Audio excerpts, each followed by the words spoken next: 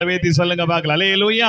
பிதாவாகிய தேவன் குமாரனாகிய இயேசுவை உயிரோட எழுப்பினார் என்று எழுதப்பட்டிருக்கிறது. லூக்கா எழுதின சுவிசேஷத்திலே அவர் மரித்தோரிடத்தில் இல்லாமல் அவர் உயிரோடு எழும்பினார் என்று எழுதப்பட்டிருக்கிறது. இயேசு எதற்காக எழும்பினார் அப்படிங்கிற சில காரியங்களை கடந்த 2 வருடமாய் நாம் தியானித்து வருகிறோம். இந்த வருடத்தில் சில காரியங்களை தியானிக்க போகிறோம். வேதம் சொல்லுகிறது, அவர் நம்முடைய பாவங்களுக்காய் ஒப்பு கொடுக்கப்பட்டோம், நாம் நீதிமானாக்கப்படுவதற்காய் அவர் எழுப்பப்பட்டார், நமக்காய் விண்ணப்பம் பண்ணும்படியா அவர் என்றைக்கும் உயிரோடு இருக்கிறார் என்று வேதம் சொல்லுகிறது. பொல்லாங்கில் இருந்து உங்களை விலக்கி உங்களை ஆசீர்வதிக்கும்படியாய் இயேசு உயிர் தெழுந்தார் என்று எழுதப்பட்டிருக்கிறது. அல்லேலூயா. கைகளை உயர்த்தி சொல்லுங்க. அல்லேலூயா. நம்முடைய பொல்லாங்கில் இருந்து கர்த்தர் நம்மை விலக்கி நம்மை ஆசீர்வதித்து நம்மை ஆசீர்வதிக்கப்பட்டவர்களாய் மாற்றுவதற்காய் இயேசு எழுந்தார் என்று அப்போஸ்தலர் நடபடிகளில் எழுதப்பட்டிருக்கிறது. அதிலும் பரமேறி போகும்போது யோவான் புத்தகத்திலே கடைசியா நீங்கள் வாசிக்கும் போது அவர் ஜனங்களை ஆசீர்வதித்து போனார் என்று எழுதப்பட்டிருக்கிறது. ஆண்டவராகிய தேவன் நம்மை ஆசீர்வதிக்கும்படியாய், ஆண்டவராகிய தேவன் பொல்லாங்கில் நம்மை விடுதலையாக்கும்படியாய், தேவன் நமக்காக எப்பொழுதும் விண்ணப்பம் பண்ணும்படியாய் அவர் உயிரோடு எழுந்தார் என்று வேதம் சொல்லுகிறது. இன்றைக்கும் இயேசு கிறிஸ்து நமக்காக விண்ணப்பம் பண்ணி கொண்டிருக்கிறார் பரலோக ராஜ்யத்தில். அல்லேலூயா. கைகளை உயர்த்தி சொல்லுங்க பார்க்கலாம். அல்லேலூயா. ஆண்டவரால் ரட்சிக்கப்பட்ட மீட்கப்பட்ட ஆண்டவருடைய பிள்ளைகளுடைய ஆண்டவருடைய பெயரை தரித்த எல்லாருக்காகவும் ஆண்டவர் விண்ணப்பம் பண்ணி கொண்டிருக்கிறார். தொடர்ந்து சில பகுதிகளை தியானிக்க போகிறோம். 1 கொரிந்தியர் புத்தகம் 15வது அதிகாரம், 1 கொரிந்தியர் புத்தகம் 15வது அதிகாரம், அதிலே நீங்கள் வாசிக்கும் போது அதில் எழுதப்பட்டிருக்கிற வார்த்தை, அடுத்தது ஆண்டவர் எதற்காய் உயிரோடு எழும்பினார். 20வது வசனம் சொல்லுது, கிறிஸ்துவோ மரித்தோரிலிருந்து எழுந்து நித்திரை அடைந்தவர்களில் முதற் பலனானார் என்று எழுதப்பட்டிருக்கிறது. இயேசு எழுந்த முக்கியமான அடுத்த ஒரு காரணம், மரித்தோரிடத்திலிருந்து அவர் எழும்பி முதற் பலனாய் இருக்க வேண்டும். 21வது வசனம் என்ன சொல்லுகிறது, மனிதனால் மரணம் உண்டானபடியால் மனுஷனால் மரித்தோரின் உயிர்த்தெழுதலும் உண்டாயிற்று. ஆண்டவர் உயிர்த்தெழ வேண்டிய காரணம் என்ன? அவர் அப்படியே பரலோகத்துக்கு போயிருக்கலாம், அவருடைய ஆத்மாவில் அல்லது அவருடைய ஜீவன் நேரா தேவராஜ்யத்துக்கு போயிருக்கலாம். ஆனா தேவராஜ்யத்துக்கு அவர் நேரா போகல. அவர் பாதாளத்தில் இறங்கினார். அதிலும் பாதாளத்தில் வைக்கப்பட்டிருந்த பரதேஸ், முன்னாடி பரதேஸ் என்கிறது பாதாளத்தில் இருந்ததாய் வேத ஆராய்ச்சியாளர்கள் சொல்லுகிறார்கள். இப்போது பரதேஸ் பரலோகத்தில் இருப்பதாய் சொல்லப்படுகிறது. அதை சிலர் விளக்கி கொடுக்கிறார்கள். இயேசு உயிர் தெழுந்த பிற்பாடு பாதாளத்தின் ஒரு பக்கத்தில் இருந்த பரதீசை எடுத்து பரலோகத்துக்கு கொண்டு போனார் என்று சொல்லப்படுகிறது. நீங்கள் லாசருனுடைய கதையும் ஐஸ்வர்யவானுடைய கதையும் பார்த்தீங்கன்னா அவர்கள் 2 பேரும் பார்க்கக்கூடிய அளவிற்கு பாதாளமும் பரதீசும் இருந்தது. ஆபிரகாமுடைய மடியும் இந்த பரதீசும் என்பது ஆபிரகாமுடைய மடி என்கிறது பரதீசை குறிக்கிறது. அந்த பாதாளத்திலே தான் அந்த ஐஸ்வர்யவான் இருந்தார். இவங்க 2 பேரும் ஒரு பிளவு மட்டும் அவர்களுக்கு இருந்தது. ஆனா அங்கே இங்கேயும் பார்க்கக்கூடிய அளவிற்கு இருந்ததாய் சொல்லப்பட்டிருக்கிறது. இயேசுவே ஒரு உவமையிலே சொல்லுகிறார். ஆனா வேத ஆராய்ச்சியாளர்கள் என்ன சொல்லுகிறாங்கன்னா, அந்த பாதாளத்தின் ஒரு பகுதியில் இருந்த பரதீசை எடுத்து தேவன் பரலோகத்துக்கு கொண்டு போயிட்டார் என்று சொல்லப்படுகிறது. அல்லேலூயா. ஏன்னா பேதுரு பவுல் 3ஆம் வானம் வரைக்கும் எடுக்கப்படும் போது பரதீசுக்குள் போனேன் என்று எழுதப்பட்டிருக்கிறது. அந்த பரதீஸ் என்பது 3ஆம் வானத்தில் இருக்கிறது என்று பவுல் அதை விளக்கி கொடுக்கிறார். அந்த 3ஆம் வானம் என்பது பரலோக ராஜ்யத்தை குறிக்கிறது. அல்லேலூயா. கரங்களை வைத்து சொல்லுங்க பார்க்கலாம். அல்லேலூயா. அங்கே இருந்து ஆண்டவர் நமக்காய் விண்ணப்பம் பண்ணுகிறார். மனிதனுடைய மரணம், ஒரு மனுஷனுடைய மரணம், ஒரு மனுஷனால் மரணம் உண்டானபடியால் அதே மனுஷ ரூபத்தில் வந்த இயேசுவால உயிர்த்தெழுதல் உண்டாக வேண்டும். அவர் டைரக்டா போகாம இந்த ரூட்டை பின்பற்றினார். அவர் பரதீசுக்குள்ளதான் இருந்தார், பரலோகத்துக்கு போகல. அதற்கு அப்புறமா தான் அவர் 40 நாள் உலகத்திலே உலாவி பரலோகத்துக்கு போனார் என்று எழுதப்பட்டிருக்கிறது. ஒரு மனிதன் மரித்தான், அந்த மனிதனுடைய சரீரம் மறுபடியும் எழும்ப வேண்டும். அல்லேலூயா. கைகளை வைத்து சொல்லுங்க பார்க்கலாம். அல்லேலூயா. ஆண்டவருடைய வசனம் சொல்லுகிறது, நம்முடைய சரீரம் விதைக்கப்படுகிறது, நம்முடைய சரீரம் எழுந்திருக்கும். 1 கொரிந்தியர் 15வது அதிகாரத்தை வாசிக்கும் போது அதிலே 52வது வசனத்திலே நீங்கள் வாசித்தால், எக்காலம் துணிக்கும், அப்பொழுது மரித்தோர் அழிவில்லாதவர்களாய் எழுந்திருப்பார்கள், நாமும் மறுரூபமாக்கப்படுவோம். அப்படியே யோவான் எழுதின சுவிசேஷத்தை நீங்கள் திருப்பிக் கொள்ளுங்கள். யோவான் எழுதின சுவிசேஷம் 5வது அதிகாரத்தை நீங்கள் வாசிக்கும் போது, யோவான் எழுதின சுவிசேஷம் 5வது அதிகாரம் 28, 29 வசனங்கள் சொல்லுகிறது, இதை குறித்து நீங்கள் ஆச்சரியப்பட வேண்டாம். ஏனென்றால் பிரேத குழிகளில் உள்ள அனைவரும் அவருடைய சத்தத்தை கேட்கும் காலம் வரும். அப்பொழுது நன்மை செய்தவர்கள் ஜீவனை அடையும்படி எழுந்திருக்கிறவர்களாயும், தீமை செய்கிறவர்கள் ஆக்கினை அடையும்படி எழுந்திருக்கிறவர்களாயும் புறப்படுவார்கள் என்று வேதத்தில் எழுதப்பட்டிருக்கிறது. இன்னும் நீங்கள் வேதத்தை வாசித்து பார்க்கும்போது, ஏசாயா எழுதின தீர்க்க தரிசன புஸ்தகத்தை வாசிக்கும் போது அங்கேயும் இதே பகுதி எழுதப்பட்டிருக்கிறது. எழுதப்பட்டிருக்கிறது. ஏசாயா எழுதின தீர்க்க தரிசன புஸ்தகத்தை நீங்கள் வாசிக்கும் போது 26வது அதிகாரம் 19வது வசனத்தை நீங்கள் வாசிக்கும் போது அங்கே மரித்த உம்முடையவர்கள் பிரேதமான என்னுடையவர்கள் கூட எழுந்திருப்பார்கள். மண்ணிலே தங்கி இருக்கிறவர்களே விழித்து கெம்பீருங்கள், உம்முடைய பனி பூண்டுகளின் மேல் பெய்யும் பனி போல் இருக்கும். மரித்தோரை பூமி புறப்பட பண்ணும். அல்லேலூயா. எல்லா இடத்திலும் மரித்தவர்கள் எழும்புவார்கள் என்று எழுதப்பட்டிருக்கிறது. செத்து போன எல்லா மனிதர்களும் எழும்புவார்கள். நீங்கள் மத்தேயு எழுதின சுவிசேஷத்திலே இதனுடைய ஆதாரத்தை பார்க்கலாம். மத்தேயு எழுதின சுவிசேஷம் 27வது அதிகாரம் 27வது அதிகாரம் அதிலே 52வது வசனத்தை வாசிக்கும் போது, மத்தேயு எழுதின சுவிசேஷம் 27:52 வாசிக்கும் போது அங்கே எழுதப்பட்டிருக்கிறது, கல்லறைகள் திறந்தது, நித்திரை அடைந்திருந்த அநேக பரிசுத்தவான்களுடைய சரீரங்கள் எழுந்திருந்தது என்று எழுதப்பட்டிருக்கிறது. நித்திரை அடைந்தவர்களுடைய சரீரங்கள், கல்லறைகள் திறந்தது என்று எழுதப்பட்டிருக்கிறது. ஆண்டவர் மரிக்கும் போது மரித்த பரிசுத்தவான்கள் எழும்பினார்கள். அல்லேலூயா, அல்லேலூயா. நம்ம ஊர்ல இருக்கிற கல்லறை மாதிரி எல்லாம் அப்ப கிடையாது. அல்லேலூயா. நம்ம ஊர்ல இருக்கிற கல்லறை மாதிரி இஸ்ரவேல் கல்லறை கிடையாது. ஒரு கட்டணம் மாதிரி கட்டி இருப்பார்கள். அதிலே அதனுடைய சரீரத்தை உள்ள வைத்து கல்லை வைத்து மூடுவார்கள். அது அவர்களுடைய கல்லறை. ஆனா நம்ம ஊர்ல அப்படி இல்ல.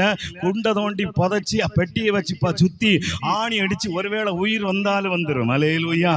எழும்பி வந்துடும். அப்படி வந்தாலும் வரப்படாது. கர்த்தருக்கு ஸ்தோத்திரம். அல்லேலூயா. கீழே போட்டு மிதிச்சு அவனை உள்ள வச்சு ஒருவேளை உயிர் வந்துருச்சுன்னா அவன் மறுபடியும் சத்தாங்க. அல்லேலூயா. அவனுடைய நிலைமை ரொம்ப மோசம். அங்க மாதிரி இருந்தா கூட கல்ல புரட்டி சத்தம் போட்டா தப்பிச்சிடலாம். ஆனா இங்க வாய்ப்பே கிடையாது. நம்ம ஊர் அவ்வளவு பெரிய கொடுமை. அல்லேலூயா. நீ இருந்து ஓத்திரப்படுத்தின போதும், இனி மறுபடியும் வந்து ஓத்திரப்படுத்திடாது. அல்லேலூயா. கர்த்தருக்கு ஸ்தோத்திரம். அல்லேலூயா.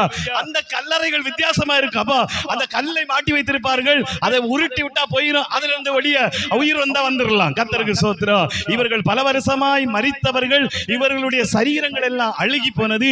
எலும்பு கூடு மட்டும் இருந்த இந்த பரிசுத்தவான்கள் எழும்பினார்கள். அது மாத்திரமல்ல, 53வது வசனம் சொல்லுகிறது, அவர் உயிர் தெழுந்த பின்பு இவர்கள் கல்லறை விட்டு புறப்பட்டு பரிசுத்த நகரத்தில் பிரவேசித்து அநேகருக்கு காணப்பட்டார்கள். வேதம் என்ன சொல்லுது?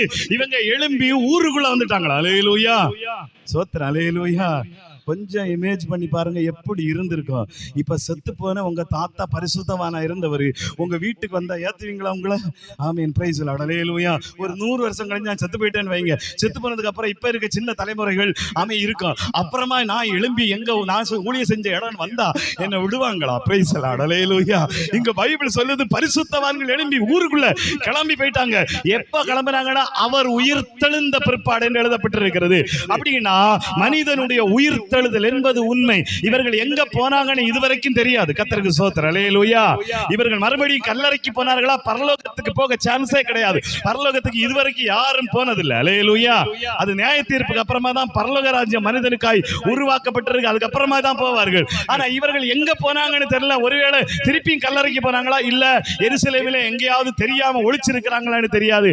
ஆனா உயிர் தெழுதல் உண்மை என்பதை இந்த வேத வசனம் சாட்சியாய் சொல்லுகிறது. உயிர் தெழுந்த மனிதனுடைய சரீரம், செத்து போன மனிதனுடைய சரீரம் எத்தனை அழுகி நாற்றம் எடுத்து அது எலும்பு கூட இருந்தாலும் தேவனுடைய எக்கால சத்தம் கேட்கும் போது அது எலும்பு. நம்புறவங்க மாத்திரம் கைகளை உயர்த்தி சொல்லுங்க பார்க்கலாம். அல்லேலூயா. 1 கொரிந்தியர் 15வது அதிகாரத்தில் எழுதப்பட்டிருக்கிறது. அதில் ஆண்டவருடைய வசனம் சொல்லுது, தேவனுடைய எக்கால சத்தம் தொனிக்கும் போது அப்பொழுது மரித்தோர் உயிர் தள ஆரம்பிப்பார்கள். மரித்தோர்கள் எழும்புவார்கள். கடைசி இமைப்பொழுதில் நாம் எல்லாரும் மறுரூபமாக்கப்படுவோம். எக்காலம் தொனிக்கும். அப்பொழுது மரித்தோர் அழிவில்லாதவர்களாய் எழுந்திருப்பார்கள். ஆண்டவர் சொல்லுகிறார், மரித்தோர் அழிவில்லாதவர்களாய் எழுந்திருப்பார்கள். கர்த்தருக்கு ஸ்தோத்திரம். அப்ப செத்து போன எல்லாரும் எழும்புறதுக்கு முதலாக இயேசு எழும்பினார். அல்லேலூயா. சத்தமாய் சொல்லுங்கள். அல்லேலூயா. இயேசு எழும்ப முக்கியமான காரணம் மனிதனுடைய உயிர்த்தெழுதலை நிரூபிக்கும்படியா. அதுல நீங்க அடுத்து ஒரு வித்தியாசமான ஒரு காரியத்தை பார்க்க போறோம். எல்லா மனிதர்களும் எழும்புவார்களானா? எல்லா மனிதர்களும் எழும்புவார்கள். கர்த்தருக்கு சோத்திரம். அல்லேலூயா. நீங்கள் வாசித்த யோவான் எழுதின சுவிசேஷம் 5வது அதிகாரத்தை வாசிக்கும் போது அங்கே எழுதப்பட்டிருக்கிறது. வாசித்த 5வது அதிகாரத்தை வாசிக்கும் போது அதில் கர்த்தருடைய வார்த்தை சொல்லுகிறது, அவை பிரேத குழியில் இருக்கிறவர்கள் அனைவரும் அவருடைய சத்தத்தை கேட்கும் காலம் வரும். அப்பொழுது நன்மை செய்தவர்கள் ஜீவனை அடையும்படி எழுந்திருப்பார்கள், தீமை செய்தவர்கள் ஆக்கினை அடையும்படி எழுந்திருப்பார்கள். 2 பேருக்கும் சத்தம் கேட்கப்படும், 2 பேரும் எழுந்திருப்பார்கள் என்று எழுதப்பட்டிருக்கிறது. அவன் இந்த வசனத்துல பொதுவாக சொல்லிட்டாரு. ஆனா இந்த 2 பேரும் எழும்புகிற நேரங்களும் காலங்களும் வித்தியாசம். ஒரே நேரத்தில் இவங்க 2 பேரும் எழும்புவதில்லை. 1 கொரிந்தியர் புத்தகத்தை நீங்கள் வாசித்தால் அதிலே 15வது அதிகாரம் 23 எழுதப்பட்டிருக்கிறது. 1 கொரிந்தியர் 15:23 எழுதப்பட்டிருக்கிறது, அவன் தன் வரிசையிலே உயிர்ப்பிக்கப்படுவார். முதற் பலனானவர் கிறிஸ்து, பின்பு அவர் வருகையில் அவருடையவர்கள் உயிர்ப்பிக்கப்படுவார்கள். இங்கே சொல்லப்படுகிற இந்த வருகை என்பது இயேசுவின் 2ஆம் வருகையை குறிக்கிறது. இங்கே எழும்புகிற ஆட்கள் யார் என்பதை குறித்து வெளிப்படுத்தின விசேஷம் 20வது அதிகாரத்தை வாசிக்கும் போது அங்கே சொல்லப்பட்டிருக்கிறது. வெளிப்படுத்தின விசேஷம் 20வது அதிகாரம் அதிலே 6வது வசனம் 7வது வசனத்தை வாசித்தார். அங்கே 6வது வசனத்தை வாசிக்கும் போது அங்கே சொல்லப்பட்டிருக்கிறது, முதலாம் உயிர்த்தெழுதலுக்கு பங்குள்ளவன் பாக்கியவானோ பரிசுத்தவானுமாய் இருக்கிறார். இவர்கள் மேல் 2ஆம் மரணத்துக்கு அதிகாரம் இல்லை. இவர்கள் தேவனுக்கும் கிறிஸ்துவுக்கும் முன்பாய் ஆசாரியராய் இருந்து அவரோடு கூட 1000 வருஷம் அரசாளுவார்கள். அல்லேலூயா. அவன் தன் வரிசையில் உயிர்ப்பிக்கப்படுவார். எல்லாரும் சேர்ந்து எழும்ப போறதில்லை, நாம எல்லாரும் சேர்ந்து இந்த உலகத்துல கிடக்க போறோம். கர்த்தருக்கு ஸ்தோத்திரம். அல்லேலூயா. எல்லாரும் மரிக்க போறோம் என்பது கண்டிப்பா உண்மை. ஏன்னா வேதம் நமக்கு சொல்லுது, ஒரு முறை பிறப்பதும் பின்பு மரிப்பதும் நியாயத்தீர்ப்பு அடைவதும் மனுஷனுக்கு நியமிக்கப்பட்டிருக்கிறது. அல்லேலூயா. மனிதனாய் பிறந்த எல்லாரும் ஒரு நாள் மரிக்கணும். Price the Lord. 2 பேர் மட்டும் மரிக்காம போனாங்க. யாரெல்லாம்? ஏனோக்கும் எலியாவும். அல்லேலூயா. நீங்க வெளிப்படுத்தின விசேஷத்தை நீங்கள் வாசித்தால் 19வது அதிகாரத்திலே நீங்க வேத வாசிக்கும் போது வெளிப்படுத்தின விசேஷத்தை நீங்க வாசிக்கும் போது எழுதப்பட்டிருக்கிறது, இந்த எலியாவும் இந்த ஏனோக்கும் மறுபடியும் வருவார்கள். 11வது அதிகாரத்தை நீங்கள் வாசிக்கும் போது அதில் எழுதப்பட்டிருக்கிறது. அதில் நீங்கள் வாசித்தால் 2 பேர் வந்து இந்த உலகத்திலே மரிக்க போகிறார்கள் என்று எழுதப்பட்டிருக்கு. 11வது அதிகாரம் 4வது வசனத்தை வாசித்தால், பூலோகத்தில் ஆண்டவருக்கு முன்பாக நிற்கிற 2 ஒலிவ மரங்களும் 2 விளக்குத்தண்டுகளும் இவர்களே. நீங்கள் வேதத்தில் தீர்க்க தரிசன புஸ்தகத்தை வாசிக்கும் போது அந்த தீர்க்க தரிசன புஸ்தகத்தில் எழுதப்பட்டிருக்கிறது, இயேசுவின் அருகாமை நின்ற ஒலிவ மரங்கள் 2. அந்த ஒலிவ மரங்கள் 2ம் எங்க வருது அப்படின்னா, இந்த இடத்துல சொல்லப்படுகிற மரிக்கும்படியா வந்த அந்தி கிறிஸ்துவ நாட்களில் வரக்கூடிய காரியம். இந்த 2 விளக்குத்தண்டுகள் அல்லது 2 ஒலிவ மரங்கள் வருகிறது. இவர்களை என்ன செய்கிறாங்க அப்படின்னு சொன்னா, 7வது வசனம் சொல்லுது, அவர்கள் தங்கள் சாட்சியை சொல்லி முடித்திருக்கும் போது பாதாளத்திலிருந்து ஏறுகிற மிருகம். இந்த மிருகம் என்பது அந்தி கிறிஸ்துவை குறிக்கிறது. அவர்களோட யுத்தம் பண்ணி அவர்களை ஜெயித்து அவர்களை கொன்று போடும். இது கடைசி நாட்கள் நடக்கக்கூடிய காரியம். 8வது வசனம், அவர்களுடைய உடல்கள் மகா நகரத்தின் விசாலமான வீதியிலே கிடக்கும். அந்த நகரம் சோதோம் என்றும் எகிப்து என்றும் ஞானார்த்தமாய் சொல்லப்படும். அதிலே நம்முடைய கர்த்தரும் சிலுவையில் அறையப்பட்டார். எருசலேமிலே இந்த 2 தீர்க்கதரிசிகள் வரப்போறாங்க. இவங்க பேரு ஏனோக்கு, எலியா. இந்த 2 விளக்கு தண்டுகளும் வரும்போது பாதாளத்திலிருந்து எழும்பி வருகிற மிருகம் என்று சொல்லப்படுகிற அந்தி கிறிஸ்து எழும்பி வருவா. இவன் எழும்பி இவர்களுடைய சாட்சி சொல்லி முடியும் போது இவர்களை கொன்று போடுவான். வேதத்தில் எழுதப்பட்டிருக்கிற ஜனங்களிலும் கோத்திரங்களிலும் பாசைக்காரர்களும் ஜாதிகளிலும் உள்ளவர்கள் அனைவருடைய அவர்களுடைய உடல்களை 3.5 நாள் வரைக்கும் பார்ப்பார்கள். அவருடைய உடல்களை கல்லறையில் வைக்க விட்டார்கள். அல்லேலூயா. உலகத்தில் இருக்கிற அவ்வளவு பேரும் பார்ப்பார்கள். எப்படி பார்ப்பார்கள்? அதுக்கு தான் நமக்கு சாத்தான் ஒரு மீடியாவை கையில கொடுத்திருக்கிறார். உலகத்தில் இருக்கிற அவ்வளவு பேரும் எருசலேமில் நடக்கிற காரியங்களை நீங்க எருசலேமுக்கு போய் தான் பார்க்க முடியும். இந்தியாவில் நடக்கிறது இந்தியாவுக்கு தான் பார்க்க முடியும். ஆனா விண்ணுலகத்தில் நடக்கிறதையும் இன்னைக்கு உலகம் உள்ள பார்க்கிறதுனா நம்ம கையில இருக்கிற மீடியா. அதைத்தான் இங்க கர்த்தர் தீர்க்க தரிசனமா எழுதி வைத்திருக்கிறார். உலகத்தில் இருக்கிற சகல ஜனங்களிலும் கோத்திரைக்காரர்களும் பாசைக்காரர்களும் ஜாதிகளிலும் உள்ளவர்கள் அவர்களுடைய உடல்களை 3.5 நாள் வரைக்கும் பார்ப்பார்கள். அவருடைய உடல்களை கல்லறையில் வைக்க விட்டார்கள். வேதம் சொல்லுது, உலகம் முழுவதும் ஒளிபரப்பாகும். உலகம் முழுவதும் இந்த 2 தீர்க்கதரிசிகளை பார்ப்பார்கள். திடீர் என்று சொல்லி ஆவி இவர்களுக்குள் வந்து அந்த 2 தீர்க்கதரிசிகளும் பரலோகத்துக்கு போவாங்க. கீழே நீங்க வசனத்தை வாசித்தா அதில் எழுதப்பட்டிருக்கிறது, பரலோகத்திற்கு எழும்பி அவர்கள் போவார்கள் என்று எழுதப்பட்டிருக்கு. அப்படின்னா மரிக்காமல் போன 2 பரிசுத்தவான்களும் மரிப்பார்கள். உலகத்தில் பிறந்த எல்லாரும் மரிப்பார்கள். ஆனா வேதம் சொல்லுகிறது, உயிர்த்தெழுதலிலே கிறிஸ்துவுக்குள் மரித்தவர்கள் வெளிப்படுத்தின விசேஷம் 26 சொல்லுது, கர்த்தருடைய முதலாம் உயிர்த்தெழுதலுக்கு பங்குள்ளவர் பாக்கியவானும் பரிசுத்தவானுமாயிருக்கிறான். அல்லேலூயா. எல்லாரும் சேர்ந்து எழும்ப போறது இல்ல. என்ன ரகசியம் அப்படின்னா, அடுத்து இயேசு வரப்போகிறது இரண்டாவது வருகை. அல்லேலூயா. இந்த இரண்டாவது வருகை வந்தவுடனே இயேசுவோடு கூட மரித்தவர்கள் எல்லாரும் எழும்பி உலகத்தை 1000 வருஷம் அரசாட்சி பண்ணுவார்கள். அந்த 1000 வருஷம் அரசாட்சியில முடிஞ்சதுக்கு அப்புறம் தான் உலகத்துக்கு நியாய தீர்ப்பு. அல்லேலூயா. 1000 வருஷம் முடிஞ்சதுக்கு அப்புறம் தான் செத்து போன மற்றவர்களை எழுப்புவார்கள். அல்லேலூயா. அப்போ எக்கால சத்தம் எல்லாருக்கும் கேட்கப்படாது. பக்கத்துல உங்களை கையை பிடிச்சு சொல்லுங்க, எக்கால சத்தம் எல்லாருக்கும் கேட்காது. நீயும் படுத்திருப்ப, நானும் படுத்திருப்பேன், எனக்கு மட்டும்தான் கேட்கும். அல்லேலூயா. சத்தமாய் சொல்லுங்க அல்லேலூயா. அதை சொல்லிருங்க. நீயும் படுத்திருப்ப, நானும் படுத்திருப்பேன், ஒருவேளை உனக்கு மட்டும்தான் கேட்கும். அல்லேலூயா. கையை உயர்த்தி சொல்லுங்க பார்க்கலாம். அல்லேலூயா. உயிர்த்தெழுதலிலே பங்கு பெற வேண்டும் என்றால் பைபிள் சொல்லுகிறது, பரிசுத்தவானோ அவன் ரட்சிக்கப்பட்டவனோ விடுதலையாக்கப்பட்டவனுமாய் இருக்க வேண்டும். இல்லை என்றால் அவர்கள் தேவனோடு கூட எழும்ப முடியாது. தேவனுடைய சத்தத்தை அவர்கள் கேட்க முடியாது. தேவனுடைய வார்த்தைகளை அவர்கள் அந்த நாளிலே காதுகள் அடைக்கப்பட்டிருக்கும். இன்னைக்கு அவருடைய சத்தத்தை கேட்க மாட்டேங்கிறாங்க. இன்னைக்கு சத்தியத்தை சொன்னா கேட்க மாட்டேங்கிறாங்க. இன்னைக்கு எத்தனை வசனம் சொன்னாலும், எத்தனை வார்த்தை சொன்னாலும், இடி போல இறங்கி வந்து தேவ சத்தியத்தை சொன்னாலும் இருதயத்தை கடினப்படுத்துகிறவர்கள் உண்டு. வசனம் இருதயத்தில் குத்தப்பட்ட பிற்பாடு மனம் திரும்பாதவர்கள் உண்டு. இருதயத்தில் ஆண்டவருடைய உணர்வுகள் வரும்போது கர்த்தர் எச்சரித்து எச்சரித்து எச்சரித்து சொல்லிக்கிட்டே இருந்தோம். தன்னுடைய காதுகளை செவிட்டு விரியன் போல அடைத்துக் கொண்டிருக்கிறவர்கள் உண்டு. ஆண்டவர் சொல்லுகிறார், இந்த செவிட்டு விரியன் போல அடைக்கப்பட்ட காதுகளும் மூடப்பட்ட இருதயங்களும் அப்படியே தான் இருக்கும். எக்கால சத்தம் தொனிக்கும் போது எந்த ஒரு மனிதன் காது உள்ளவன் கேட்டானோ அந்த மனிதனுடைய காதுல மட்டும்தான் கேட்கும். அல்லேலூயா.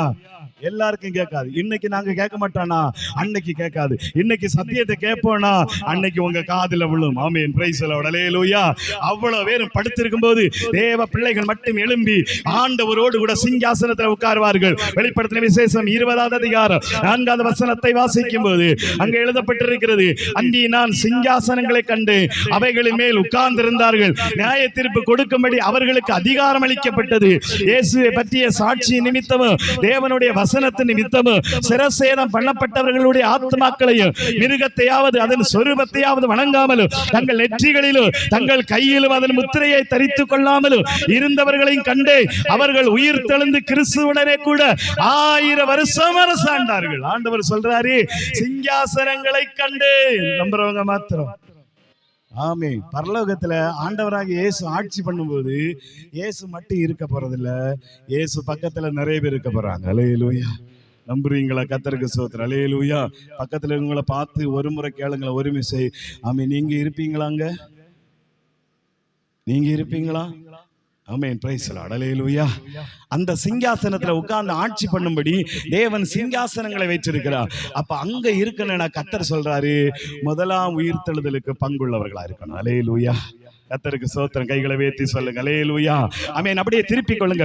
பவுல் சொல்லும்போது ஒரு காரியத்தை சொல்லுகிறதை நீங்கள் வாசிக்க முடியும். பிலிப்பியருக்கு எழுதின நிருபம் 3வது அதிகாரம், பிலிப்பியருக்கு எழுதின நிருபம் 3வது அதிகாரம் 10வது வசனத்தை திருப்பிக் கொள்ளுங்கள். பிலிப்பியருக்கு எழுதின நிருபம் 3வது அதிகாரம் 10வது வசனம் சொல்லுது, இப்படி நான் அவரையும் அவருடைய உயிர்த்தெழுதலின் வல்லமையும் அவருடைய பாடுகளின் ஐக்கியத்தையும் அறிகிறதற்கும் அவருடைய மரணத்துக்கொப்பான மரணத்துக்குள்ளாகி எப்படி ஆயினும் நான் மரித்தோர் இருந்து உயிரோடு இருந்து எழும்புவதற்கு தகுதியாகும்படிக்கு அவருக்காக எல்லாவற்றையும் நஷ்டம் என்று விட்டு குப்பையுமா எண்ணுகிறேன். நான் அடைந்தாயிற்று அல்லது முற்றிலும் தேறினவனானேன் என்று எண்ணாமல் கிறிஸ்து இயேசுவினால் நான் எதற்காய் பிடிக்கப்பட்டேனோ அதை பிடித்துக் கொள்ளும்படி ஆசையாய் தொடருகிறேன். அல்லேலூயா. சத்தமாய் சொல்லுங்கள். அல்லேலூயா. பவுல்னா நமக்கு எல்லாருக்குமே தெரியும். பவுல் ஒரு பெரிய பிரசங்கியார், பவுல் பெரிய ஒரு ஊழியக்காரன். அது மாத்திரமல்ல, பவுல் ஒரு பெரிய பணக்காரன். அல்லேலூயா. சொந்தமா கப்பல் வச்சிருந்தவன், சொந்தமாய் அவனுக்கு பெரிய வியாபார கப்பல் இருந்தது என்று சொல்லப்படுகிறது. பவுல் கமாலியனுடைய பாதத்தில் இருந்து படித்தவன், பெரிய கல்விமா கிரேக்க ஞானம் பெற்றவன். அது மாத்திரமல்ல, ரோம பேரரசின் குடியரசு உரிமையை பெற்றிருந்தவன். இவன் சாதாரண மனிதன் அல்ல, ரோமர்களினுடைய பிரஜை. அல்லேலூயா. இப்ப என்ன சொல்றான் தெரியுமா? தேவனோடு உயிரோடு எழும்புவதற்கு பைபிள் என்ன சொல்லுது? அவருடைய மரணத்துக்கொப்பான மரணத்துக்குள்ளாகி எப்படி ஆயினும் நாம் மரித்தோர்ந்து உயிரோடு எழும்புவதற்கு தகுதியாக்கும்படி எல்லாத்தையும் நஷ்டம் என்று விட்டேன். அல்லேலூயா. 3வது அதிகாரம் 7வது வசனம், எனக்கு லாபமாய் இருந்தவைகளோ அவைகளை கிறிஸ்துவுக்காய் நஷ்டம் என்று. கடவுளை அறிந்து கொள்வதற்காய், கடவுளை புரிந்து கொள்வதற்காய், வேத ரகசியத்தை அறிந்து கொள்வதற்காய் தன்னுடைய படிப்பை தூக்கி எறிந்தான், தன்னுடைய ஐஸ்வர்யத்தை தூக்கி எறிந்தான், தன்னுடைய ரோம பிரஜை என்கிற அந்த பெரிய அந்தஸ்தை தூக்கி எறிந்தான். அல்லேலூயா. எதுக்கு தெரியுமா? அவன் சொல்லுகிற ஒரு வார்த்தை, இயேசு வரும்போது நான் எழும்பணும். அல்லேலூயா. சத்தமாய் சொல்லுங்க அல்லேலூயா. இயேசுவுக்காக நீங்க எதையாவது தூக்கி போட்டிருக்கீங்களா? எதையாவது தூக்கி போட்டிருக்கீங்களா? நம்ம ஒரு நாளை கொடுக்கறதுக்கு அந்த அளவுக்கு நமக்கு கஷ்டமா இருக்கு. பிரைஸ் எல்லாம் அல்லேலூயா. நம்ம தேவனுக்காக எதை தூக்கி போட போறோம்னு தெரியல. கர்த்தருக்கு ஸ்தோத்திரம். அல்லேலூயா. ஒரு நாள் வாரத்துல ஆண்டவரை தேடுறதுக்கு நாம அவ்வளவு கஷ்டப்படுறோம். ஒரு நாள் தேவ சமூகத்துல உட்கார்ந்து இருப்பதுக்கு அவ்வளவு கஷ்டப்படுறோம். ஆண்டவருக்காக நாம எதை நஷ்டம் என்று எண்ணினோம்? ஒரு விஷயம் யோசிச்சு பாருங்க. நீங்க தேவனுக்காய் வாழும்போது இந்த உலகம் முழுவதும் உங்களை பரியாசம் பண்ணுதுன்னா உங்களுடைய நல் வார்த்தையை நீங்க நஷ்டமா விட்டுருக்கீங்க. அல்லேலூயா. Praise the Lord. அல்லேலூயா. நீங்க தேவனுக்காய் வாழும்போது இந்த உலகம் உங்களை துன்பப்படுத்துகிறதா, உங்கள் சுகத்தை நீங்கள் நஷ்டம் என்று விட்டிருக்கிறீர்கள். அல்லேலூயா. தேவனுடைய ராஜ்யத்தின் கட்டுமானத்துக்காக, தேவனுடைய ராஜ்யத்தின் உயர்வுக்காக எதையாவது ஒன்று கொடுத்தீங்கன்னா அதை நீங்க நஷ்டம் என்று விட்டிருக்கிறீர்கள். ஒண்ணும் இல்ல, என் வாழ்க்கையை கடவுளுக்கு ஊழியத்துக்காக நான் தர்றேன், ஆண்டவருடைய ராஜ்யம் கட்டப்படும் என்று அப்படி சொன்னீங்கன்னா இந்த உலகத்துல உங்களுக்கு உண்டான ஆவலத்தை நஷ்டம் என்று விட்டிருக்கீங்க. ஆண்டவர் சொல்லுகிறார், ஒருவன் எனக்காக தன் வீட்டையோ மனைவியோ பெற்றோர்களோ பிள்ளைகளையோ எதையோ விட்டானோ அவன் 100 மடங்கு அறுவடை பெறுவான். நம்புறவங்க நல்ல கைதட்டி ஆண்டவருக்கு நன்றி சொல்லுங்க பார்க்கலாம். நல்ல கைதட்டி கடவுளுக்கு நன்றி சொல்லுங்க பார்க்கலாம். நல்ல கைதட்டி கடவுளுக்கு நன்றி சொல்லுங்க. தேவனுக்காக எதையாவது நீங்க விட்டுனீங்கன்னா ஆண்டவர் உங்களுக்கு 100 மடங்கு ஆசீர்வாதத்தை தர போறார். நம்புறவங்க ஐயா உயர்த்தி ஒரு அல்லேலூயா சொல்லுங்க பார்க்கலாம். அல்லேலூயா. கிறிஸ்துவோடு கூட எழும்புவதுதான் முக்கியம். கிறிஸ்துவோடு கூட எழும்புவதுதான் முக்கியம். தேவ சமூகத்திலே இயேசு வரும்போது அந்த எக்கால சத்தம் என் காதுகள்ல விழுனா அதான் பேரு. Praise the Lord. அல்லேலூயா. உலகத்துல என்ன இருந்துட்டு போட்டோம், நீங்க எப்படி இருக்கலாம், நீங்க வேற தங்க பஸ்மம் வரைக்கும் சாப்பிடலாம். அல்லேலூயா. கார்ல பறக்கலாம், பிளைட்ல பறக்கலாம், உலகம் முழுவதும் சுத்தலாம். கடந்த நாட்கள் எங்க மக ஒரு முறை பேசிட்டு இருக்கும்போது சொன்னாரு, நிறைய பணம் நிறைய பேருக்கு கொடுக்காங்க. Hallelujah. Amen. Praise the Lord. Hallelujah. நான் அவளை பார்த்து சொன்னேன், நமக்கு போதுமானது தந்தா போதும். ஏன்னா அவ்வளவு பணத்தை வச்சு நான் தங்க பஸ்மம் தின்னாலும் மண்ணுக்குள்ளதான் போவேன். அல்லேலூயா. பெரிய கார்ல பறந்தாலும் நான் ஒரு நாள் பெட்டியில நான் சொன்ன மாதிரி ஆணி அரைஞ்சுதான் உள்ள அனுப்புவானுங்க. அல்லேலூயா. சோத்திரம். அல்லேலூயா. என்ன சாப்பிட்டவனும் எவ்வளவு பெரிய உயர்ரக Dress போட்டவனும் பெரிய பெரிய பணக்காரனும் ஒரு நாள் இந்த மண்ணுக்குள்ள போய் தான் ஆகணும். அப்ப அவன் சம்பாதித்த பணமும், அவன் சம்பாதித்த பொருளும், அவன் சம்பாதித்த ஆஸ்தியும் அந்தஸ்தும் இந்த உலகத்தின் பொருட்களும் யாருடையதாகும்? ஆண்டவராகிய தேவன் ஒருவனை பார்த்து சொன்னா, இந்த இரவிலே உன்னுடைய ஆத்மா எடுக்கப்படும், இந்த இரவிலே உன்னுடைய ஆத்மா எடுக்கப்படும். அப்ப நீ சம்பாதித்தவைகள் எல்லாம் யாருடையதாகும்? ஒரே வார்த்தை. யோசிச்சு பாத்தீங்களா? யார் எடுத்துட்டு போறாங்க? உங்க பிள்ளைகள் எடுக்க போறாங்களா? சிலவன் குடிச்சு அழிக்கான். அல்லேலூயா. அல்லேலூயா. அப்பா அம்மா சம்பாதிச்சதை குடிச்சு அழிக்கான். சில பேர் வித்துறான், சில பேருக்கு இல்லாம போகுது, எவனோ திருடிட்டு போயிடுறான். அல்லேலூயா. கடந்த நாட்கள்ல கேள்விப்பட்டேன், ஒரு பெரிய மனுஷன் வைங்க, ரொம்ப உண்மை சொன்னா சரிபட்டுறாரு. அல்லேலூயா. பெரிய மனுஷன் சாகும்போது ரூம் நிறைய ஃபுல் பணத்தோடு இருந்திருக்கிறார். அவர் ஒரு பெரிய தலைவர். செத்து போன உடனே அவ்வளவு பேர் உள்ள புகுந்துட்டான். அவர் குடும்பம் கிடையாது, குழந்தை குட்டியும் கிடையாது. அவ்வளவு பேர் புகுந்து அவ்வளவு பணத்தையும் வெறுமையாக்கி மக்கள் உள்ள வரும்போது வெறும் பாடையில் படுக்க வைத்தார்கள். அல்லேலூயா. உள்ள இருந்த பணம் போச்சு. யாருக்கு வேணும்? பிரைஸ்ல யாருக்கு அந்த பணம் வேணும்? அவ்வளவுதான். அனுபவிக்க முடிஞ்சா? அவ்வளவு பணம் வச்சதுக்கு சோத்திரம். அல்லேலூயா. பணமும் பொருளும் இந்த உலகத்துல வேஸ்ட், வேண்டான்னு சொல்லல. எல்லாத்தையும் கடவுள் நமக்கு தருவா. நம்புறவங்க மாத்திரம். அல்லேலூயா. ஆனா நான் செத்தா தேவ சத்தம் கேட்பனா, அதான் முக்கியம். நான் மரித்தால் அவரோடு எழுந்திருப்பனா, நான் மரித்தால் தேவனுடைய உயிர்த்தெழுதலோடு இருப்பனா. இது மட்டும் இழந்து போயிட்டீங்கன்னா நீங்க உலகத்துல என்ன சம்பாதிச்சாலும் ஒரு பிரயோஜனமும் இல்லை. நீங்க தேவனுடைய எக்கால சத்தத்தை கேட்க போறதே இல்லை. அல்லேலூயா. கைகளை வேத்தி சொல்லுங்க பார்க்கலாம். அல்லேலூயா. இரண்டாவதா எபிரேயருக்கு எழுதின நிருபத்தை திருப்பிக் கொள்ளுங்கள். அதிலே ஆண்டவருடைய வசனம் சொல்லுகிறது. 10வது அதிகாரத்தை திருப்பிக் கொள்ளுங்கள். 2வது எபிரேயருக்கு நிருபம் 10வது அதிகாரத்தை திருப்பிக் கொள்ளுங்கள். அதுல 13வது வசனத்தில் என்ன எழுதப்பட்டிருக்கிறது? இனி தம்முடைய சத்துருக்களை தமது பாதப்படியாக்கி போடும் வரைக்கும் காத்து கொண்டிருக்கிறார். பைபிள் என்ன சொல்லுது? அடுத்தது ஆண்டவர் ஏன் உயிரோடு எழுந்தார் அப்படிங்கிற ஒரு காரியம் சொல்லப்பட்டிருக்கிறது. இனி தம்முடைய சத்துருக்களை தமது பாதப்படியாக்கி போடும் வரைக்கும் காத்து கொண்டிருக்கிறார். இந்த வசனம் மற்றும் படிச்சா நமக்கு புரியாது. அப்படியே எபேசியருக்கு வாங்க, எபேசியர் 1வது அதிகாரத்துக்கு வாங்க.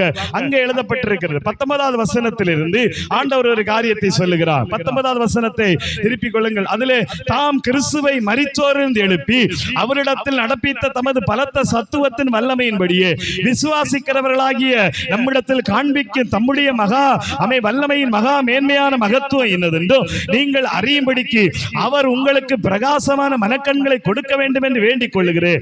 எல்லா துரைத்தனத்திற்கும் அதிகாரத்துக்கும் வல்லமைக்கும் கர்த்தத்துவத்துக்கும் இம்மையில் மாத்திரமல்ல மறுமையிலும் பெயர் பெற்றிருக்கும் எல்லா நாமத்திற்கு மேலாய் அவர் உயர்ந்திருக்கத்தக்கதாய் அவரை உன்னதங்களிலே தம்முடைய வலது பாரிசத்தில் உட்காரும்படி செய்து. அல்லேலூயா.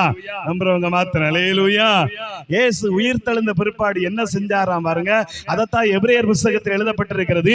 அவர் போய் பிதாவினுடைய வலது பாரிசத்தில் உட்கார்ந்தார். அதத்தான் எபேசியர்ல 1:19 சொல்லுகிறார். மரித்தோரிலிருந்து எழுப்பி ஆண்டவர் சில காரியங்களை செஞ்சுட்டு என்ன சொன்னாரு? துரைத்தனங்கள், அதிகாரங்கள், வல்லமைகள், கர்த்தத்துவம் இம்மையில் மாத்திரமல்ல மறுமையிலும் பெயர் பெற்றிருக்கிற எல்லா நாமத்திற்கு மேலாய் இயேசுவுக்கு எல்லா நாமத்திற்கு மேலான ஒரு பெயரை கொடுத்தார் பிதா. அல்லேலூயா. சோத்திர அல்லேலூயா. இப்ப நான் உங்களுக்கு சொல்லட்டுமா? இயேசு பிதாவுக்கு சமமானவர் என்று வேதம் சொல்லி இருக்கீங்களா? இயேசு பிதாவுக்கு ஒன்றாய் இணைந்தவர். அது பிலிப்பியர் புத்தகத்தில் 2வது அதிகாரத்தில் பிதாவும் இயேசுவும் சமமானவர்கள் என்று சொல்லப்பட்டிருக்கிறது. ஆனா இயேசு பூமியில வரும்போது அந்த சமத்தை விட்டுட்டு வந்தார், தன்னைத்தானே வெறுமையாக்கிட்டு வந்தார். அதனால பிதா என்ன செஞ்சாரா? அவரை பரலோகத்துக்கு போகும்போது தன்னுடைய வலது பாரிசத்தில் உட்கார வச்சுட்டு உலகத்தினுடைய சகல அதிகாரத்தையும் இயேசு கையில தான் கொடுத்தார். அல்லேலூயா. இன்னைக்கு உயிரோடு எழுப்புவதும், இன்னைக்கு நியாய தீர்ப்பு கொடுப்பதும், ஆசீர்வதிப்பதும் சகலமும் இயேசுவின் கையில தான் இருக்கு. அல்லேலூயா. அதனால உங்களுக்கு ஒரே ஒரு நாமம் தெரிஞ்சா போதும், இயேசுவின் நாமம். அல்லேலூயா. ஏன்னா சகலத்தையும் பிதா இயேசு கையில கொடுத்திருக்கிறாரு. எதுக்குன்னா உன்னதத்திலே உட்கார வச்சு ஆண்டவராகிய இயேசு சொன்னாரு, இதுதான் எனக்கு மேன்மை. யோவான் எழுதின புஸ்தகத்தை வாசிக்குங்க. யோவான் எழுதின புஸ்தகத்தை நீங்கள் வாசிக்கும் போது அதுல ஆண்டவருடைய வசனம் சொல்லுகிறது. யோவான் எழுதின புஸ்தகத்தை நீங்கள் வாசிக்கும் போது ஆண்டவருடைய வார்த்தை சொல்லுது. இயேசு உலகத்தில் இருந்த நாட்கள்ல ஒரு காரியத்தை சொல்லுகிறார். என்ன சொல்லுகிறார் அப்படின்னா, ஆமென், பிரைஸ் தி லார்ட். 5வது அதிகாரத்தை திருப்பிக் கொள்ளுங்க. ஆமென். 5வது அதிகாரத்தை திருப்பிக் கொள்ளுங்க. அதுல 22வது வசனத்தை திருப்பிக் கொள்ளுங்கள். அதுல ஆண்டவருடைய வசனம் என்ன சொல்லுகிறது? அப்படியே ஆமென், ஸ்தோத்திரம். நீங்கள் 8வது அதிகாரத்தை திருப்பிக் கொள்ளுங்கள். அதுல 54வது வசனம் என்ன சொல்லுது? ஆண்டவருடைய வார்த்தை என்ன சொல்லுகிறது? 5வது அதிகாரம் அதுல 22 அந்தி பிதாவை கனம் பண்ணுகிறது போல எல்லாரும் குமாரனை கனம் பண்ணும்படிக்கு பிதாவானவர் தாமே ஒவ்வொருவருக்கும் நியாய தீர்ப்பு செய்யாமல் நியாய தீர்ப்பு செய்யும் அதிகாரம் முழுவதையும் குமாரனுக்கு ஒப்பு கொடுத்திருக்கிறார். அப்படி 8வது அதிகாரத்துக்கு நீங்க வாங்க. அதுல 54 சொல்றாரு, இயேசு பிரதித்திரமாய் என்னை நானே மகிமைப்படுத்தினா அந்த மகிமை வீணாயிருக்கும். என் பிதா என்னை மகிமைப்படுத்துகிறவர் அவரை உங்கள் தேவன் என்று நீங்கள் சொல்லுகிறீர்கள். அல்லேலூயா. இப்ப இயேசு சொல்றாரு, உலகத்துல எந்த மனுஷனும் என்னை மதிக்க வேண்டிய அவசியம் இல்லை. மனிதனுடைய மகிமையை நான் தேடி வரவே இல்லை. மனுஷனுடைய மகிமை எனக்கு அவசியம் இல்லை. 5வது அதிகாரம் யோவான் 5வது அதிகாரம் 41 சொல்லுது, நான் மனுஷனால் மகிமையை ஏற்றுக்கொள்ளுகிறது இல்லை. Hallelujah. Praise the Lord. Hallelujah. உங்களை ஒரு ஆள் புகழ்ந்தாங்கன்னா நாளைக்கு வந்து அதே ஆளு உங்களை தப்பா சொல்லுவார்கள். அல்லேலூயா. இதுதான் மனிதனுடைய இயல்பு. நம்புறீங்களா? கர்த்தருக்கு ஸ்தோத்திரம். அல்லேலூயா. உங்களை ஒரு ஆள் புகழ்ந்துச்சுன்னா நீங்க நல்லா ஜாக்கிரதையா இருங்க. ஏன்னா நிறைய பேர் நம்ம என்ன நினைக்கிறோம்னா, எல்லாரும் என்ன நல்ல பிள்ளைன்னு சொல்லணும், எல்லாரும் என்ன நல்ல பிள்ளைன்னு சொல்லணும், எல்லாரும் என்ன நல்ல பிள்ளைன்னு சொல்லணும். பைபிள் சொல்லுது என்ன தெரியுமா? எல்லாரும் உங்களை நல்ல பிள்ளை என்று சொன்னால் உங்களுக்கு ஐயோ. அல்லேலூயா. ஏன் கள்ள தீர்க்கதரிசிகளுக்கும் அப்படித்தான் செஞ்சார்களே. உலகம் யாரை பாராட்டும் தெரியுமா? கெட்டவர்களை. அல்லேலூயா. பாவத்தில் இருக்கிறவர்களே, அநியாயம் செய்கிறவர்களே, அக்கிரமம் செய்கிறவர்களே. ஆனா ஆண்டவர் சொல்றாரு, என் பிதா என்னை மகிமைப்படுத்துவார். அல்லேலூயா. கரங்களை வைத்து சொல்லுங்க பார்க்கலாம். அல்லேலூயா. அப்படியே திருப்புங்களேன். ஆண்டவருடைய வார்த்தை சொல்லுது. பவுல் ஒரு காரியத்தை சொல்லும்போது சொல்லுகிறார், இதே வசனத்தை திருப்பி பவுல் ஒரு காரியத்தை சொல்லும்போது சொல்லுகிறார். கொலோசியர் 3வது அதிகாரம் 1-2 வசனத்தை நீங்கள் வாசித்து போடுங்க பாருங்க. ஆமே, கொலோசியர் 3வது அதிகாரம் 1-2. நீங்கள் ஆமே கிறிஸ்துவுடனே கூட எழுந்ததுண்டானா கிறிஸ்து தேவனுடைய வலது பாரிசத்தில் வீற்றிருக்கும் இடத்தில் உள்ள மேலானவைகளையே தேடுங்கள், பூமியில் உள்ளவைகளை அல்ல, மேலானதை நாடுங்கள். அல்லேலூயா. ஆண்டவர் சொல்ற, உலகம் உங்களை புகழுமோ, உலகம் உங்களுக்கு கொடுக்கணும்னு நினைக்காதீங்க, மேலானதை மேல. அப்ப கிறிஸ்துவின் வலது பக்கத்தில் இருக்கிற மேன்மை. ஆண்டவர் உங்களை கூப்பிட்டு உங்களை பரலோகத்துக்கு அழைப்பார் தெரியுமா? அந்த மேன்மைக்காக வாழுங்க. அல்லேலூயா. சோத்ர. அல்லேலூயா. உலகத்தின் மேன்மைக்காக வாழாதீங்க. நான் என்னுடைய சகோதரன் ஒரு இடத்துக்கு போயிருந்த, ஒரு பிரேயருக்கு கூட்டிருந்தாங்க ரொம்ப வருஷத்துக்கு முன்னாடி. அப்ப பிரேயர் முடிஞ்சு வெளியே வந்த உடனே என்னுடைய சகோதரன் சொன்னாரு, டேய் இங்க சேருக்கு சண்டை நடக்கடா. அல்லேலூயா. பேசல. அவங்க எல்லாம் ஆவியில நிரம்பினவர்கள். உண்மையில பயங்கர, அது வேற மேட்டர். ரொம்ப போனா நல்லா இருக்கு, நான் பேச மாட்டேன். அப்போ என்னன்னா, அங்க மாறி மாறி ஊழியம் தான். பேசலாடைய சொல்லி வேற வழியில. ஆமே, அங்க சேர இழுப்பு நடக்குது. சொன்னா தம்பி சொன்னா, டேய் அந்த சேர சண்டை இது என்ன போதும், கிட்டத்தட்ட 2 வருஷம் கழிஞ்சு ஒவ்வொன்றும் ஒவ்வொரு குரூப்பா போய் ஒவ்வொரு சபை தொடங்கிட்டு. அல்லேலூயா. சோத்ர. அல்லேலூயா. உலகம் உங்களை உயர்த்த வேண்டும் என்று இருக்காதீங்க, மனுஷன் உங்களை உயர்த்த வேண்டும் என்று இருக்காதீங்க. என் தேவன் சொல்லுகிறார், இந்த உலகத்தில் இருக்கக்கூடிய பொன்னாடைகளும், இந்த உலகத்தில் இருக்கக்கூடிய பதவிகளும், இந்த உலகத்தில் இருக்கிற புகழும் பெருமைகளும் அழிஞ்சு போயிரும். அல்லேலூயா. சில நம்ம கூப்பிட்டு சொல்லுவாங்க, பொன்னாடை போற்றுகிறேன், போடுறதே சால்வை டவலு, ஆனா பேரு பொன்னாடை அப்பவே தெரியணும், ஆப்பு வைக்க போகுது. அல்லேலூயா. பொன்னாடைய போத்துனா கூட பிரச்சனை இல்லை. அல்லேலூயா. பைபிள் நமக்கு கற்றுக் கொடுக்கிறது, இதெல்லாம் ஒரு நாள் வேஸ்ட், அவ்வளவுதான். நான் ஆரம்பத்துல சொன்னேன், நீங்க என்னத்தான் சாப்பிட்டாலும் என்னத்தான் வாழ்ந்தாலும் நம்ம இந்த மண்ணுக்குள்ளதான் போக போறோம். இந்த மண்ணுக்குள்ளதான் நம்ம போக போறோம். இந்த மண்ணில் இருந்து வெளியே வர்றது எப்படி, அதைத்தான் பைபிள் கற்றுக் கொடுக்குது. வெளியே வரும்போது எங்க இருக்க போறீங்க? இயேசுவோடு முதலாம் உயிர்த்தெழுதல் இருக்க போறீங்களா, இல்லது அப்படியே கடைசி வரை காந்து நாம பல நினைக்கலாம், நான் எழும்ப மாட்டேன்னு நினைக்கலாம், தூக்கி அங்க கொண்டு போடுவோம். அல்லேலூயா. கொரோனாவுல பாத்தீங்களா, ஜேசிபி வச்சு தூக்கி அங்க போட்டது மாதிரி அங்க இருந்து மேல போடுவோம். அல்லேலூயா. இருக்கீங்களா? நேத்திருப்பில இயேசு அங்க நிற்பாரு, இங்க நான் வரமாட்டேன், நான் வரமாட்டேன், நான் எனக்கு கோயிலுக்கு வரமாட்டேன்னு சொல்ல அவ்வளவு அன்னைக்கு கழுத்தை பிடிச்சு தூக்கி கொண்டு வருவார் ஆண்டவர். அல்லேலூயா. இன்னைக்கு ரட்சிக்கப்பட மாட்டேன்னு சொல்ற அவ்வளத்தையும் ஆண்டவர் ஜேசிபி கொண்டு வராரோ இல்ல குட்டி யானையில யாத்தாரோன்னு தெரியல. அல்லேலூயா. கொண்டு மொத்தமா போடும்போது தான் தெரியும், ஐயோ தெரியாம இருந்துட்டேனே. கர்த்தர் சொல்றாரு, கடவுளுடைய வசனம் சொல்லுது, ஆண்டவருடைய வார்த்தை சொல்லுது, எழும்பும் போது எப்படி எழும்புறோம்? வாழுகிறதெல்லாம் இருக்கட்டுங்க, வாழுகிறதெல்லாம் இருக்கட்டும். நாம செத்து போன பிற்பாடு என் காது சத்தம் கேட்குமா? அப்படி கேட்கணும்னா இன்னைக்கு நீங்க சத்தம் கேட்கணும். நான் செத்து போன பிற்பாடு தேவன் என்னை எழுப்பி ஆளுகை செய்ய வைப்பாரா அப்படின்னா இன்னைக்கு என் இருதயம் திறக்கணும். இல்லைன்னா கண்டிப்பா கிடையாது. அல்லேலூயா. ஒருவேளை நான் உங்களுக்கு இருக்குன்னு சொல்லிட்டு போனாலும் கிடையாது. அல்லேலூயா. நான் உங்களை ஏமாத்தி பரவாயில்லைங்க, நெல்வேலியில் அவ்வளவு பேரும் தேவனோடு இருப்பதை நான் பார்த்தேன் நேற்றைக்கு தரிசனத்துல, சொன்னாலும் போக மாட்டீங்க. அல்லேலூயா. அப்படி சொன்னா நானும் போக மாட்டேன். கையை உயர்த்தி சொல்லுங்க. அல்லேலூயா. ஏன் இப்படி சொல்றேன்னா, முதல்ல நான் போனோம், அப்புறம் தான் நீங்க. அல்லேலூயா. என் ஆத்மாவை நான் காப்பாத்தலைன்னா கண்டிப்பா உங்களுக்கு போதகம் பண்ணி ஒரு பிரயோஜனம் இல்லை. அதனால ஆண்டவர் சொல்றாரு, ஆமே, மரணம் நெருங்குகிறது, என்னைக்கு நாள் நம்ம சாவ போறோம். அப்ப செத்து முதல்ல கிறிஸ்து முதற் பலனா எழும்பினார், நாம எழும்ப போறோம். கிறிஸ்துவனுடைய வலது வாரிசத்தை நீக்க பிரயாசப்படுவோம். எழுந்து நிற்கலாமா? எல்லாரும் அப்படி எழுந்து நிற்கலாமா? கிறிஸ்துவனுடைய வலது வாரிசம், அதைத்தான் நாம வாஞ்சிக்கணும். இந்த உலகத்துல எதுவுமே நிரந்தரம் இல்லைங்க, கிறிஸ்துவனுடைய வலது வாரிசம். ஹல்லேலூயா. எல்லாரும் ஜெபம் பண்ணுங்க. எல்லாரும் அப்படியே கண்களை மூடுங்க பார்க்கல. எல்லாரும் ஜெபம் பண்ணுங்க. எல்லாரும் கண்களை மூடுங்க. எல்லாரும் ஜெபம் பண்ணுங்க. கிறிஸ்துவனுடைய வலது வாரிசத்துல தான் ஆமென், ஆமென், ஒரு பெரிய மேன்மை, மகிமை நமக்கு இருக்கிறது. மகிமை. ஹல்லேலூயா. ஆண்டவராகிய தேவன் ஆமென் நமக்கு ஏன் இந்த வார்த்தைகளை சொன்னார் தெரியுமா? பவுல் சொல்லுகிறார், பூமிக்குரியவைகள் அல்ல, மேலானவைகளை நாடுங்கள், மேலானவைகளை நாடுங்கள். ஆமென். இந்த உலகத்திற்கு உரியவைகளை தேடி போகாதீங்க. அது ஒரு நாள் உங்க கையில மாட்டோம், ஒரு நாள் உங்க கையில மாட்டாம போயிடும். சில நேரங்கள் அது ஏமாற்றும், அது கிடைக்காம கூட போகலாம், அல்லது கிடைச்சும் அது பிரயோஜனம் இல்லாம போகலாம். ஆனா இயேசு சொல்லுகிறார், இயேசு சொல்லுகிறார், இயேசு சொல்லுகிறார், சகோதரா சகோதரி, ஐயா அம்மா தம்பி தங்கச்சி, ஆண்டவராகிய இயேசு சொல்லுகிறார், ஆமென், உலகத்தில் உள்ளவைகள் அல்ல, தேவனுடைய வலது பரிசத்தில் ஒன்று இருக்கிறது, அதுதான் சிங்காசனங்கள். அதுதான் சிங்காசனங்கள். நியாய தீர்ப்பு கொடுக்கக்கூடிய அதிகாரங்களை கடவுள் இந்த உலகத்தில் இயேசுவுக்கு கொடுத்திருக்கிறார். பிதா இயேசுவுக்கு கொடுத்திருக்கிறார். இயேசு யாருக்கு கொடுத்திருக்கிறார் தெரியுமா? அவருடைய பரிசுத்தவான்களுக்கு. அதனால தான் பவுல் சொல்லும்போது சொல்லுகிறார், நாம் உலகத்தை நியாயம் தீர்ப்போம். சகோதரா சகோதரி, ஒன்று புரிஞ்சுக்குங்க, இந்த சபையில நீங்கள் பரிசுத்தமா இருந்தீங்கன்னா சிங்காசனத்துல உட்கார்ந்து இதே சபையில் இருக்கிற பலரை நீங்கள் நியாயம் தீர்க்கிறவர்களா இருப்பீர்கள். உங்களுக்கு தெரிந்த அநேகரை நியாயம் தீர்க்கிறவர்களா இருப்பீர்கள். அன்றைக்கு யாரும் அந்த இடத்துல உங்களுக்கு போக்க சொல்ல முடியாது. அதனாலதான் ஆண்டவர் சொல்லுகிறார், சிங்காசனங்கள் நமக்காய் ஆயத்தப்படுத்தப்பட்டிருக்கிறது, சிங்காசனங்கள் நமக்கு தயாராக இருக்கிறது, சிங்காசனங்கள் தேவனுடைய நாமத்தினால நமக்காக வைக்கப்பட்டிருக்கிறது, சிங்காசனங்கள் தேவனுடைய நாமத்தினால் நமக்காய் வைக்கப்பட்டிருக்கிறது. கடைசி நாட்களிலே அதுல உட்கார விரும்புறீங்களா? இல்லது இந்த உலகத்தோடு ஒத்து போய் உலகத்தோடு வேஷம் தரித்து உலகத்தோடு பாவத்தில் வாழ்ந்து நரகத்துக்கு போக போறீங்களா? எக்கால சத்தத்தை எல்லாரும் கேட்க முடியாது. எக்கால சத்தத்தை யார் கேட்க முடியும் தெரியுமா?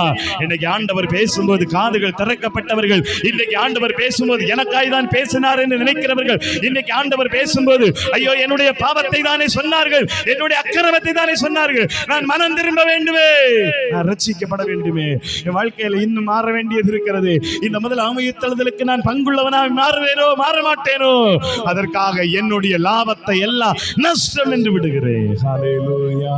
அதனால நீங்க வாழக்கூடாது என்று சொல்லல, கிறிஸ்துவை அறிகிறதுக்காக நீங்க எதை வேணாலும் விடலாம். ஹல்லேலூயா. கிறிஸ்துவை அறிகிறதற்காக நீங்கள் எதை வேணாலும் விடலாம். உங்களுக்கு லாபம் என்று சாத்தான் கொடுக்கிறவைகள், அதை தான் நீங்க புரிஞ்சுக்கணும். நல்லா இயேசுவை ஆராதிக்காததனால் உங்களுக்கு கிடைக்கக்கூடிய நன்மை, இயேசுவை ஆராதிக்காததனால் உங்களுக்கு வரக்கூடிய பெயர், இயேசுவை ஆராதிக்காததனால் உங்களுக்கு வரக்கூடிய மகிமை தூக்கி எறிங்க. வேண்டாம் வேண்டாம் எனக்கு, வேண்டாம் எனக்கு. இந்த உலகம் உங்களை பார்த்து சொல்லும், நீங்க வா, உன்னை இப்படி நான் மாத்துவேன், அப்படி மாத்துவேன், இப்படி மாத்துவேன். சொல்லுங்க, நோ, என் ஆண்டவர் எனக்கு கொடுக்கிறது போதும். மோசையை பத்தி வேதம் சொல்லுகிறது, ஆமென் ஆமென், ராஜாவுடைய அரண்மனையில சொகுசா வாழ்ந்திருக்கலாம். ஆனா வேதம் என்ன சொல்லு தெரியுமா? தன்னுடைய சொந்த ஜனங்களோடு பாடுபடுவதை விரும்பினார். ஹல்லேலூயா. இந்த உலகத்துல எல்லாருக்கும் பிரியமாய் வாழ்ந்து பாவத்தை செஞ்சு உலகத்தோடு ஒத்து போய் நரகத்துக்கு போக விரும்புறீங்களா? இல்லது எல்லாரும் உங்களை பார்த்து பரியாசம் பண்ணி உங்களை குத்தம் சொல்லி உங்களை ஒதுக்கி வச்சு அவமானப்படுத்தும் போது நீங்க ஆண்டவருடைய சமூகத்தில் நிக்க போறீங்களா? ஹல்லேலூயா. இந்த உலகம் பிசாசினுடைய கையில் கிடக்கிறது. வேதம் அப்படித்தான் சொல்லுது, சாத்தானுடைய கையில் பொல்லாங்கு உலகம் கிடக்கிறது.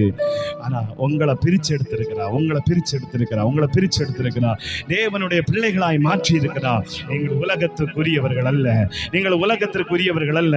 தேவன் உங்களை பிரித்தெடுத்ததுனா, தேவன் உங்களை முன்குறித்ததுனா, தேவன் உங்களை அழைத்ததுனா, நீங்கள் வேறு பிரிக்கப்பட்டவர்கள்.